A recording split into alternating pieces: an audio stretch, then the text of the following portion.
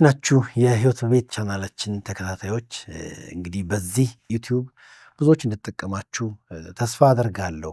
ብዙም እንግዲህ መዝናኛዎች፣ ብዙ መጫወቻዎች፣ ብዙ ምዝናናባቸው አጋጣሚዎች እንዳሉ አስባለሁ። ነገር ግን ህይወት በደስታና በመዝናናት ብቻ ሳይሆን በቁም ነገር መልኩ ታስቦ የሚሰራ ነገር አለው እና ስክን ባለ መልኩ ለራስ ለግል ህይወት፣ ለቤተሰብ፣ ለጋብቻ ጊዜ በመስጠት ራስን ማነጽ ያስፈልጋል።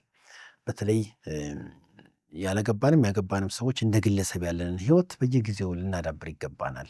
በአሁኑ ሰዓት ራስን ላለማሳደግ ብዙ አጋጣሚዎች አሉ። ጊዜ ላይኖር ይችላል። የመረጃ አማራጮች ብዙ ስለሆኑ እውነቱን ከውሸት መለየት በጣም ከባድ ነው። እንደገና ደግሞ ሰዎች ፌክ በሆነ ህይወታቸው እንድንከተላቸውና የእነሱ የተሻለ ህይወት እንደሆነ ተጽዕኖ የሚያደርጉ አኗኗርና ፍላጎታቸው፣ ድርጊቶቻቸውን ያሳዩናል። ከዚህ የተነሳ መለኪያ ስለሌለ ትንሽ ግራ መጋባት አለና በግል ህይወትም በግንኙነትም ምን ማድረግ እንዳለብን ትክክለኛው ስርዓት ለማግኘት መመርመር፣ መስማት፣ ጆሮን መስጠት በጣም ጥሩ ነው። ስንቶቻችሁ በቁም ነገር ራሳችሁን ለመለወጥና ለማሳደግ ለነገ በሚሆን መልኩ መረጃን የምትሰበስቡ ሰዎች አላችሁ? ይህን ነገር በመስራትና በማድረግ እንግዲህ ራስን መገንባት ያስፈልጋል። እንግዲህ ባለፉት ጊዜያቶች ለጋብቻችሁ የሚለውን መጽሐፍ በመመልከት ወደ እስከ ገጽ 58 አይተናል። የተለያዩ ሀሳቦችን በመነጋገር ምዕራፍ 1 ላይ ትርጉም፣ 2 ላይ እንደ ግለሰብ ራስን መስራት፣ 3ኛ ላይ ወደ ጋብቻ ለመግባት ከማን ጋር መጋባት እንዳለብን አንዳንድ ሂደቶችን እያየን ነበር። ዛሬ ደግሞ ገጽ 59 ላይ ያለውን ሀሳብ ትክክለኛ ሰውን ለመምረጥ ማስተያው ምንድን ነው? በምን ማስተያ ነው መምረጥ አለብን? ቅድም በድፍኑ የምትፈልጉትና የማትፈልጉት ነገር ለራሳችሁና ለአቋማችሁ ምንጭ የሚሆናችሁ ነገሮች ባለፈው ቪዲዮ አይተናል። አሁን ደግሞ ስንመርጥ በአራት አቅጣጫ ተጣጣሚ ከሆነው ሰው ጋር ልንጋባ ይገባል። እስቲ ለዚህ ሀሳብ መንደርደሪያ የሆነውን ትንሽ መስመር ላንብብና ከዛ የተጣጣሚነት አቅጣጫዎችን አነሳለሁ። ለስኬታማና ውጤታማ ጋብቻ መሟላት የሚገባቸውና ትክክለኛ ሰው ማግኘታችንን የሚያሳዩን 4 የተጣጣሚነት መለኪያዎች እንደሚከተለው አቀርባለሁ። ብዙ ሰዎች የፈለጉትን ሰው እንዳገኙ ቢናገሩ ምን ያህል እርግጠኛ እንደሆኑ ሲጠየቁ ግን እርግጠኛ የመሆን ክፍተት አለባቸው። አንድ ወንድና አንዲት ሴት ለጋብቻ የሚሆናቸውን ሰው ከመረጡ በኋላ በሚከተሉት ጉዳዮች ተጣጣሚ መሆናቸው ማረጋገጥ አለባቸው። አንደኛ፣ የሃይማኖትና የመንፈሳዊ ነገር ተጣጣሚነት፣ 2ኛ የባህሪ ተጣጣሚነት፣ 3ኛ የተግባቦትና የአስተሳሰብ ተጣጣሚነት እና በመጨረሻ ሁለቱም የሚቀበሉት አካላዊ ቁመና የሚሉት ናቸው። እያንዳንዱን በተናጠል በጥቂቱ እንመልከትና በእነዚህ ጉዳዮች ላይ ኮምፓተብል ከሆነው ሰው ጋራ ነው ልንጋባ የሚገባል።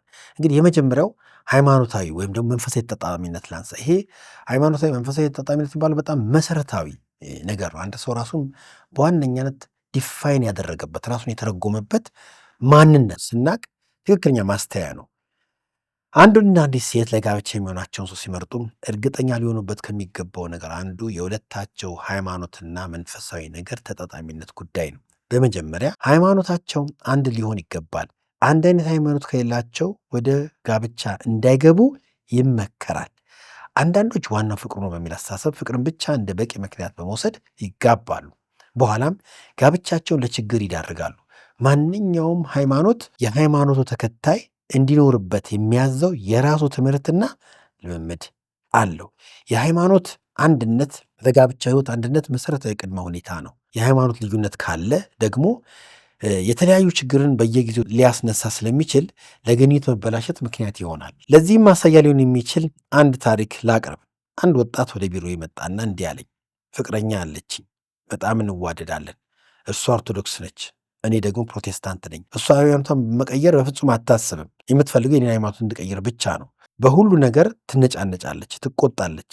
ሃይማኖትን ቀይረህ እንጋባ ትለኛለች። ዋስትና እንዲሰማት ቀለበት አደረግኩላት። ስትናደድ አውልቃ ሰታይን ትሄዳለች። ለእሷ ስል ሃይማኖቴን ልቀይር ወስኜ ነበር።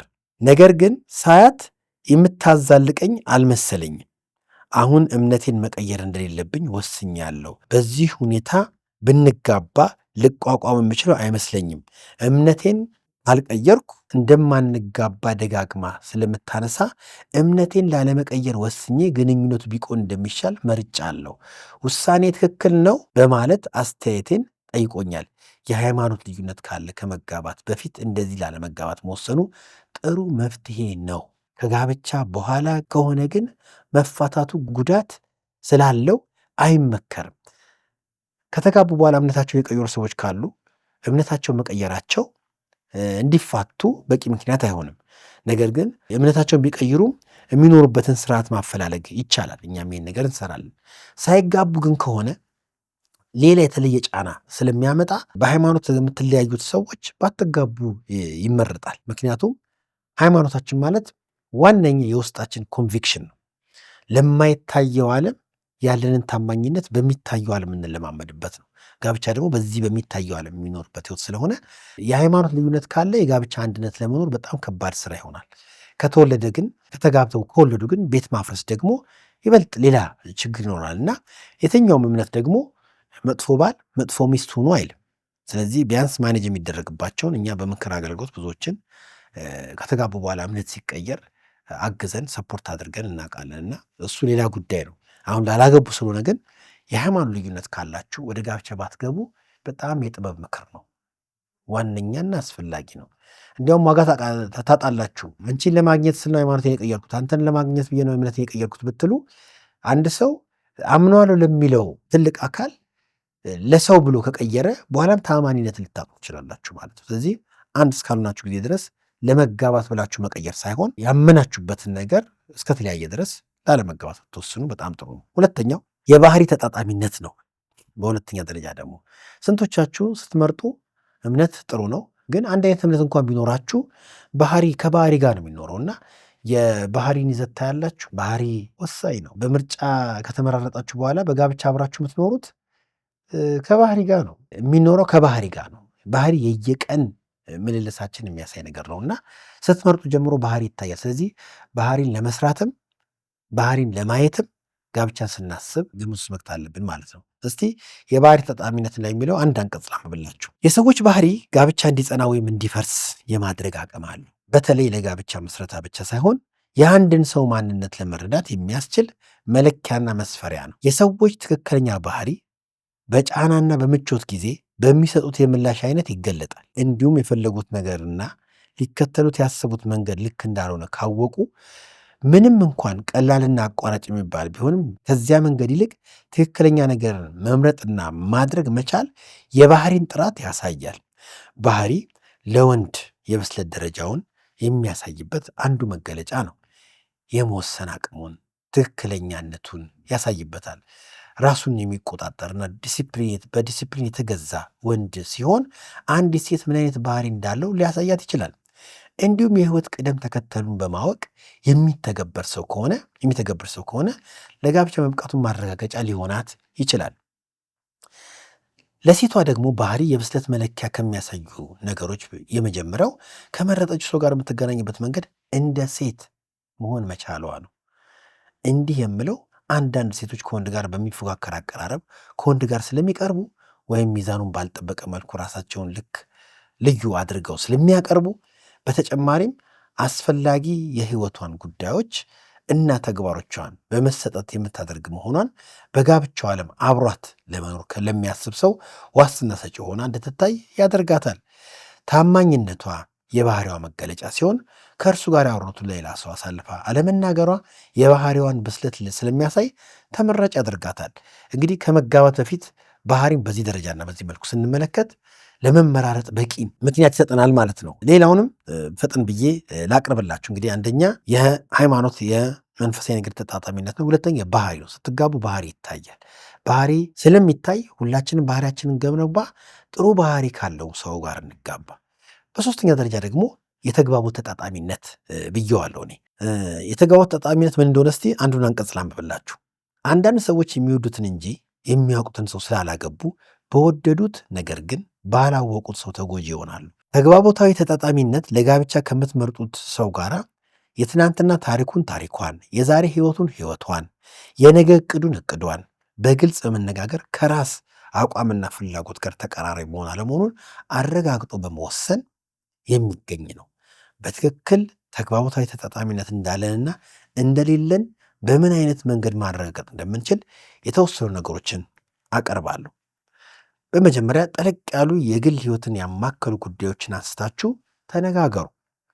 ምን አይነት ህይወት እንዳሳለፋችሁ፣ ዛሬ የትና ከማን ጋር እንደምትኖሩ በግልጽ ተነጋገሩ። በዚህ ደረጃ የራስን ህይወት ለሌላው ማስረዳት ተጋላጭነት ቢኖረውም ራሳችሁ ሌላ ለመስጠትና ሌላውን ለመቀበል እየተዘጋጃችሁ ነውና ግልጽ መሆን ዋስትና የሚገኝበት ጋብቻ ለመመስረት ይረዳል። ስለ ህይወታችሁ እውነቱን በመናገር ማሳወቅ፣ የግል ሚስጥርን ማሳወቅ፣ የጤናን ያለፈን ታሪክ ማወቅ ያስፈልጋል። እንደዚህ ያለ ሌሎችም ዝርዝር ነገሮችን ያስቀምጥልናል።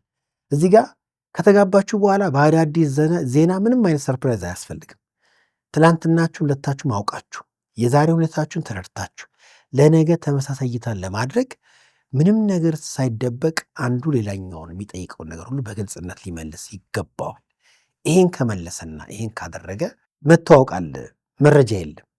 ሚስቴን እኔ ሳላገኛት በፊት የነበረኝን ህይወት ሳገኛት ካላሳወቅኳት ነገ ከኔ ጋር እንዴት እንደምትገናኝ በአንዳንድ መልኩ ላትረዳኝ ትችላለች። እኔን አንድን ለማድረግ እኔን አንደርስታንድ ለማድረግ እኔም እሷን እንዳረግ ግን ትላንትን ማወቅ በጣም ጥሩ ነውና ምንም አይነት አዳዲስ ሰበር ዜናዎች በጋብቻ መካከል ሊኖር አይገባም። በመጨረሻ የተጣጣሚነት አቅጣጫ ብለን ሃይማኖት፣ መንፈሳዊ አቋም ብለናል። ሁለተኛ ባህሪ ብለናል።